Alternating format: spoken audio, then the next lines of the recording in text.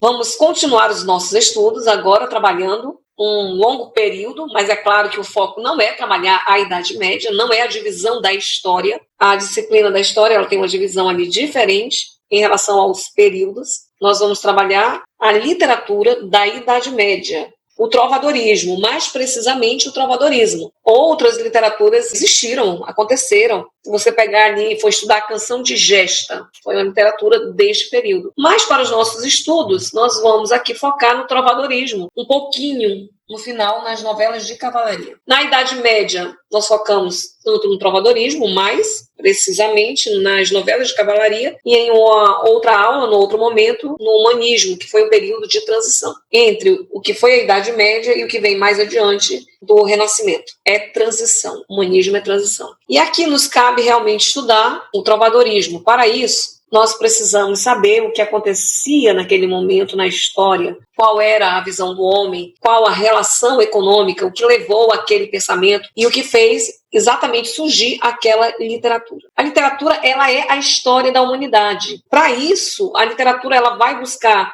a história, vai buscar a filosofia, a sociologia, muitas outras disciplinas. Elas são importantes para trabalhar a literatura. Nós temos aqui neste período, em 276 da nossa era, depois de Cristo, o declínio do mundo romano. Nós temos uma Roma poderosa, ele tinha sido um império, e cai, quebra. Começa aqui. Esse começo assim, não foi da noite para o dia. 276 acontece este começo, este declínio. Roma vai cair em 476 depois de Cristo, da nossa era já contando. Mas até então, por que um grande império cai? Nós vamos ter ali em Roma um mundo em que vai haver um alto custo com o exército, governos tiranos, o próprio sistema de escravidão que havia em Roma, tudo isso leva à falência. Sem contar, como eu falei agora há pouco, o alto custo com o exército era muito grande. Muitas coisas levaram ao declínio de Roma. Outra coisa que nos chama a atenção deste período é o período assim bem difícil, de 400 a 800, que foi o período negro, não é? Que foi batizado ali a Idade das Trevas, a peste negra que assolou a Europa. Temos, neste período, a ascensão do cristianismo. E aí a gente fica pensando o seguinte, Roma, que perseguia os cristãos, que colocava nas arenas ali, que ateava fogo, tantas coisas aconteceram no mundo romano, e de repente tem essa ascensão do cristianismo. Em meio ao temor,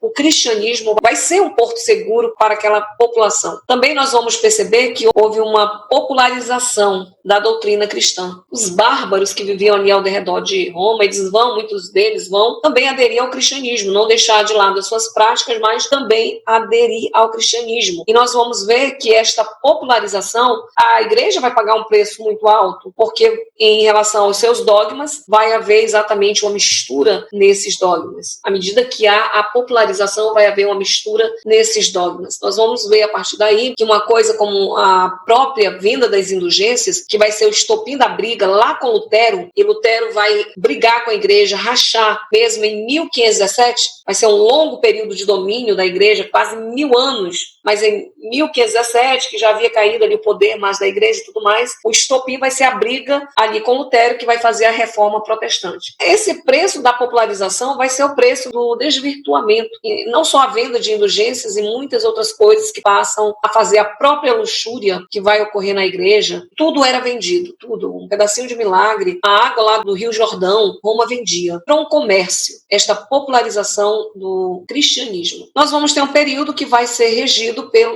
teocentrismo. Nós temos aqui a ideia de Deus no centro de tudo. E quando você pensa, se você tiver realmente a mentalidade cristã, vai dizer, mas não é bom Deus no centro de tudo? Olha, na literatura, quando há essa divisão de teocentrismo, antropocentrismo, é exatamente o período, pelo qual motivo o período é regido. Se o período é predominante a razão, esse período ele vai ser antropocêntrico, que ocorreu na Antiguidade Clássica, com o nascimento da filosofia. Se havia essa ideia da expansão da filosofia, do pensamento, o homem tendo o controle da situação, era um período em que o homem estava no centro de tudo, antropocêntrico. Um período em que a igreja domina por quase 1000 anos, em nome de Deus, em nome da igreja, eles faziam tudo. Então, neste caso, o domínio da igreja vai ser um período que vai ser regido pelo teocentrismo. Aqui nós temos o predomínio da fé, da emoção, emoção. Nós não vamos ter o predomínio da razão. Há muita diferença. Nós vamos ver que no decorrer da literatura, um período ele é antropocêntrico, outro período ele é teocêntrico. Isso vai até chegar ao modernismo. Nós não temos hoje, por exemplo, se você me perguntar, nós não temos hoje na literatura um domínio. É teocêntrico? É antropocêntrico? É uma mistura de estilos. Hoje nós vivemos uma mistura de estilos, mas claro que a literatura contemporânea tem a sua característica. Quando eu digo mistura de estilo, não significa que não exista didaticamente esta divisão de escolas. Porque quando nós temos a divisão de escolas literárias ou estilo literário, isso aqui é uma divisão didática, que em determinado tempo houve uma função da literatura, uma característica própria da literatura, por isso é chamado de escola. Quando a característica ela não é concretizada, ela é chamada de período de transição. Na Idade Média, uma característica principal vai ser o teocentrismo. E isso nasceu na visão principalmente do Papa Inocêncio III, se eu não me engano, que ele mesmo dizia que a igreja ela estava acima de tudo, porque o rei ele cuidava das questões humanas, de toda a parte administrativa de bens materiais, mas a igreja cuidava da alma. A igreja estava acima do rei. Exatamente, a igreja era quem coroava reis, quem destronava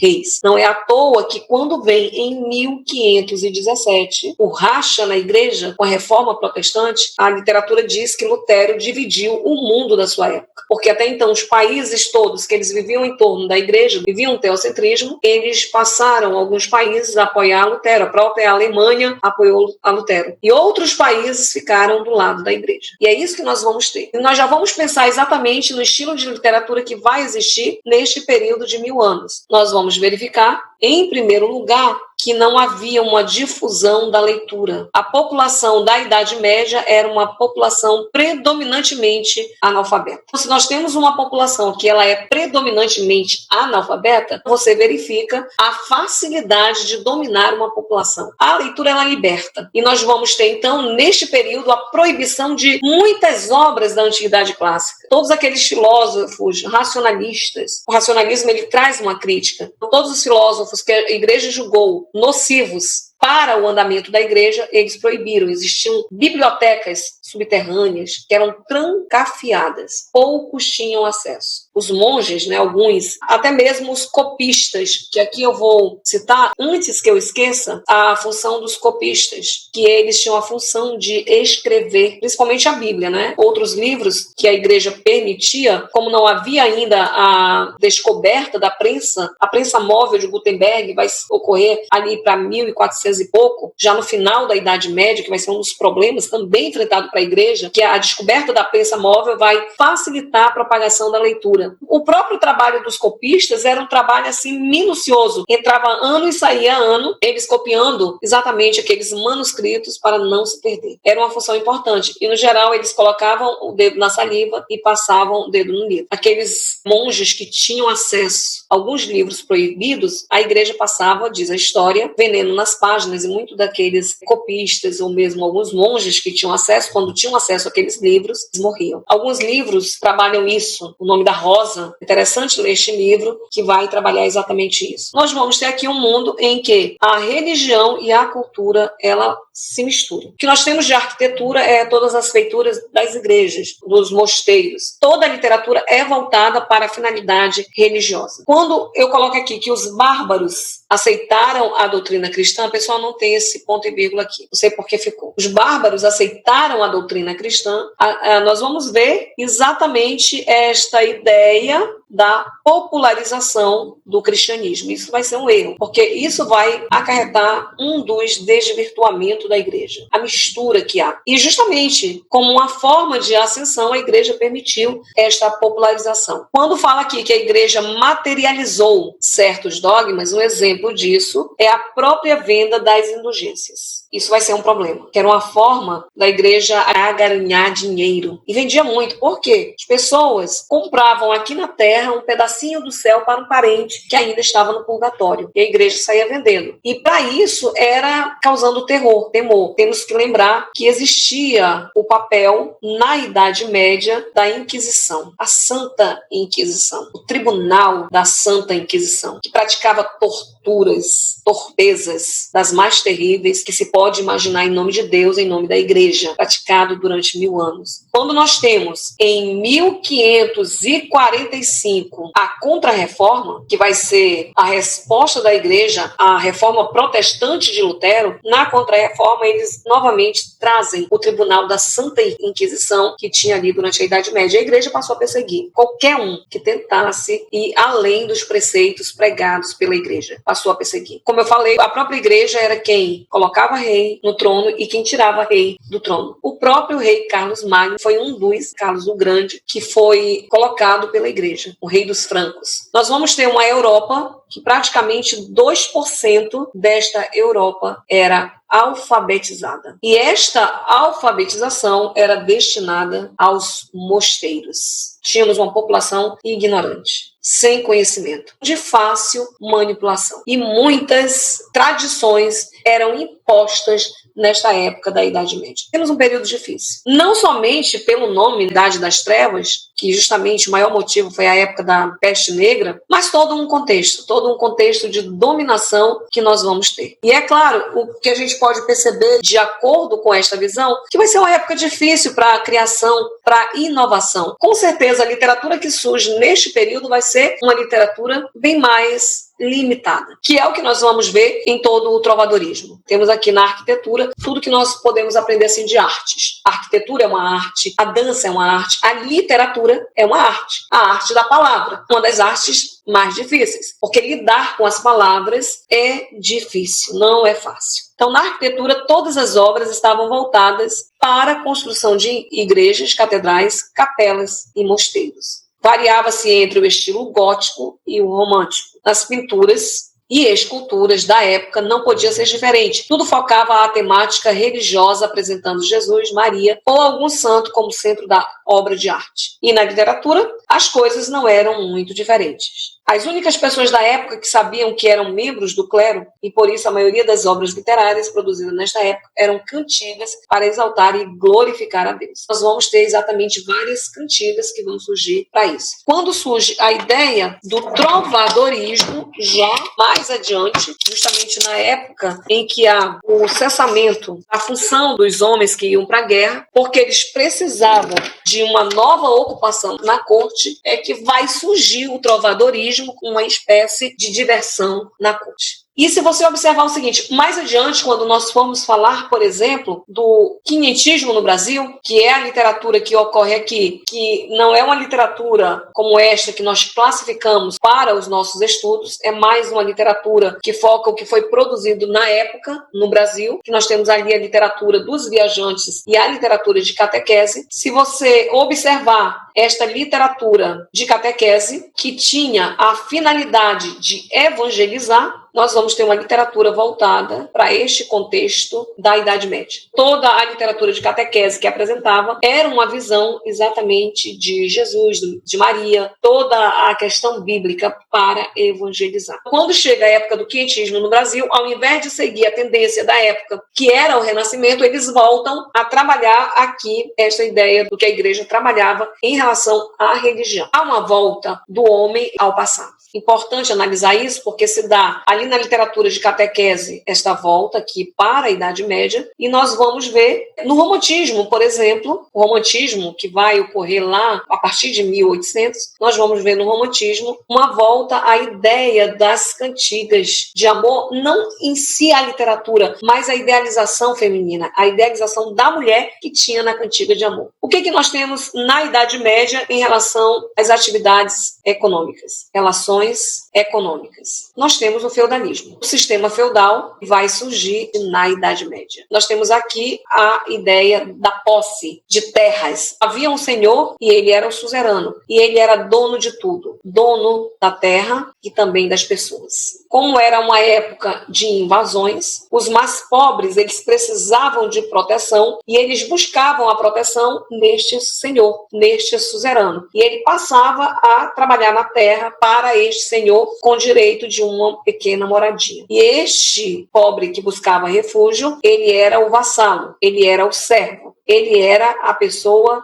subserviente. Uma coisa que nós podemos observar, que havia também os próprios soldados, eles eram uma espécie de vassalos. Só que era um vassalo que era bem escolhido, porque deveria haver um código de ética, de lealdade. Imagina só, tem um soldado responsável por vigiar todo aquele feudo. Se ele não fizesse o trabalho direito, ou se ele traísse, todo o feudo estaria comprometido. Havia um código de ética, um código de conduta. E este código de ética, este código de conduta e todo este sistema feudal, ele vai ser transferido para a literatura. Porque quando nasce a cantiga de amor, ela nasce de acordo com o sistema feudal. Uma comparação ao sistema feudal. Nós temos esta relação de poder, acima de todos estava o clero. Aí quando a gente pensa o seguinte, mas não é o rei? Na época da Idade Média, não. Na época da Idade Média, quem estava acima, no topo da pirâmide, era o clero. Era ele quem colocava reis nos tronos e tirava os reis. Toda a realeza, toda a nobreza ficava ali em segundo plano. Em último plano, ficava a plebe, o povo, os plebeus. Chamando atenção aqui para a própria igreja, que nós vamos ter uma grande senhora feudal. A Igreja Católica, sob seu dogma, foi forjada a subserviência dos vassalos e a moral da época. Ela mandava e ela desmandava. E também uma coisa que nós podemos ver, que a própria igreja, ela foi uma grande possuidora de terras. Quando nós temos todo esse sistema feudal aqui, nós vamos ver que no Brasil, quando nós passamos a discutir determinadas literaturas, e principalmente na literatura da década de 30, em 1930, nós vamos dizer que o Brasil é um Brasil de feudos. Fazendo uma analogia. Vai ocorrer, mesmo fora de época na prática, no Brasil, quando nasce, a partir do barroco, os engenhos, os senhores de engenhos, Casa Grande e Senzala. Nós vamos ter a Casa Grande, nós vamos ter a Senzala. Nós vamos ter o senhor de engenho, que ele vai mandar em tudo. Vai mandar na terra e vai mandar nas pessoas com direito até a mandar matar. Nós vamos ter, por exemplo, no Brasil, durante muitos anos, o coronelismo. Ele era o dono da terra. Ele era o dono de todos. E o Brasil vai ser um Brasil de feudos. Se você pegar toda esta adaptação do que é o sistema de feudo e transferir para as questões críticas do Brasil, mesmo numa questão de analogia, o sistema político, o Brasil é um Brasil de feudos. Nós vamos ter uma minoria que manda numa maioria e que faz o que quer. A política do Brasil é esta. Todas as vezes que nós temos alguém mandando em uma maioria e fazendo o que bem entende dele, nós dizemos que o Brasil é um Brasil de feudos, um Brasil de oligarquias, que na realidade nós vamos ter isso. Muitas obras literárias vão focar este Brasil de feudos. A partir da década de 1930 nem se fala. Quando nós temos aqui o próprio Jorge Amado, que ele vai construir ali nas obras que falam do ciclo do cacau, o próprio livro Cacau, Tocaia Grande, Terras do Sem Fim, ele vai fazer uma crítica danada àqueles coronéis que tomavam as terras do Brasil, as terras devolutas, senhores de grandes terras, e nunca estavam satisfeitos. Nós vamos ter José Lins do Rego, também falando sobre isso, Graciliano Ramos, Raquel de Queiroz, muitos deles vão apontar este Brasil em que um manda na vida de todos. Interessante como a história ela se repete com uma nova roupagem. Nesta época, nós vamos ver exatamente a questão da dominação. Havia um opressor e vários oprimidos. Não é à toa que esta temática de opressor versus oprimidos é uma temática também que se repete. Temos aqui um quadro que mostra o trabalho camponês nos feudos. Principal atividade durante o período trovadoresco. Depois desse sistema feudal, vai surgir ali a burguesia. Vão surgir os burgos. Muda o sistema econômico, mas o sistema de opressão continua o mesmo. Na nossa literatura, nós vamos sempre focar Portugal até determinado momento. Depois nós paramos. Porque até então, no Brasil, tudo que nós temos de literatura é uma cópia do que tem em Portugal. Até mesmo porque quando chegamos ali a partir do quentismo no Brasil, do barroco e principalmente no arcadismo, a própria política do Brasil colônia que proibia que qualquer navio que saísse daqui fosse para um outro porto estrangeiro que não fosse Portugal. E também não permitia que navios estrangeiros ficassem no Brasil, principalmente ali na época, a partir de 1700. Mas nós vamos ter todo o período de colonização portuguesa, com outras invasões, a própria invasão holandesa, mas é do europeu, dos de fora. Então, de vez em quando, nós precisamos focar em Portugal para poder focar no Brasil. O que acontece? Portugal teve trovadorismo. Tanto é que o trovadorismo que nós vamos estudar é o trovadorismo de Portugal. Mas o sistema feudal em Portugal não foi forte, não chegou a ser completo, como foi no restante da Europa. Até mesmo porque os próprios colonos expulsavam os mouros. Quando nós temos aqui essa ideia de mouros, que vai ter geralmente quando está ligado a Portugal, ao cristianismo, são os muçulmanos. Os muçulmanos não se unem aos cristãos. Portugal é uma nação essencialmente cristã. Sempre havia uma briga com os mouros. Eles mesmos, né, os colonos, já expulsavam. Também os reis da época, os representantes, não estimularam tanto assim o feudalismo. Ou seja, Portugal soube se defender. Interessante isso. Aí, por que eu disse que, embora tenha tido tudo isso, houve trovadorismo? Porque o trovadorismo é baseado nesta relação econômica ali, de vassalagem, né, e suzerania. Temos aqui um ambiente na corte, onde aconteciam as cantigas trovadorescas. Depois que os cavaleiros eles deixaram de ir para as guerras, eles ficaram sem função social. Então, o que eles iriam fazer? Eles criaram uma nova modalidade para um entretenimento na corte. E era uma ideia de como eles se comportavam ali. Era uma brincadeira na corte. Temos também um trovadorismo que era acompanhado por instrumentos e os trovadores usavam.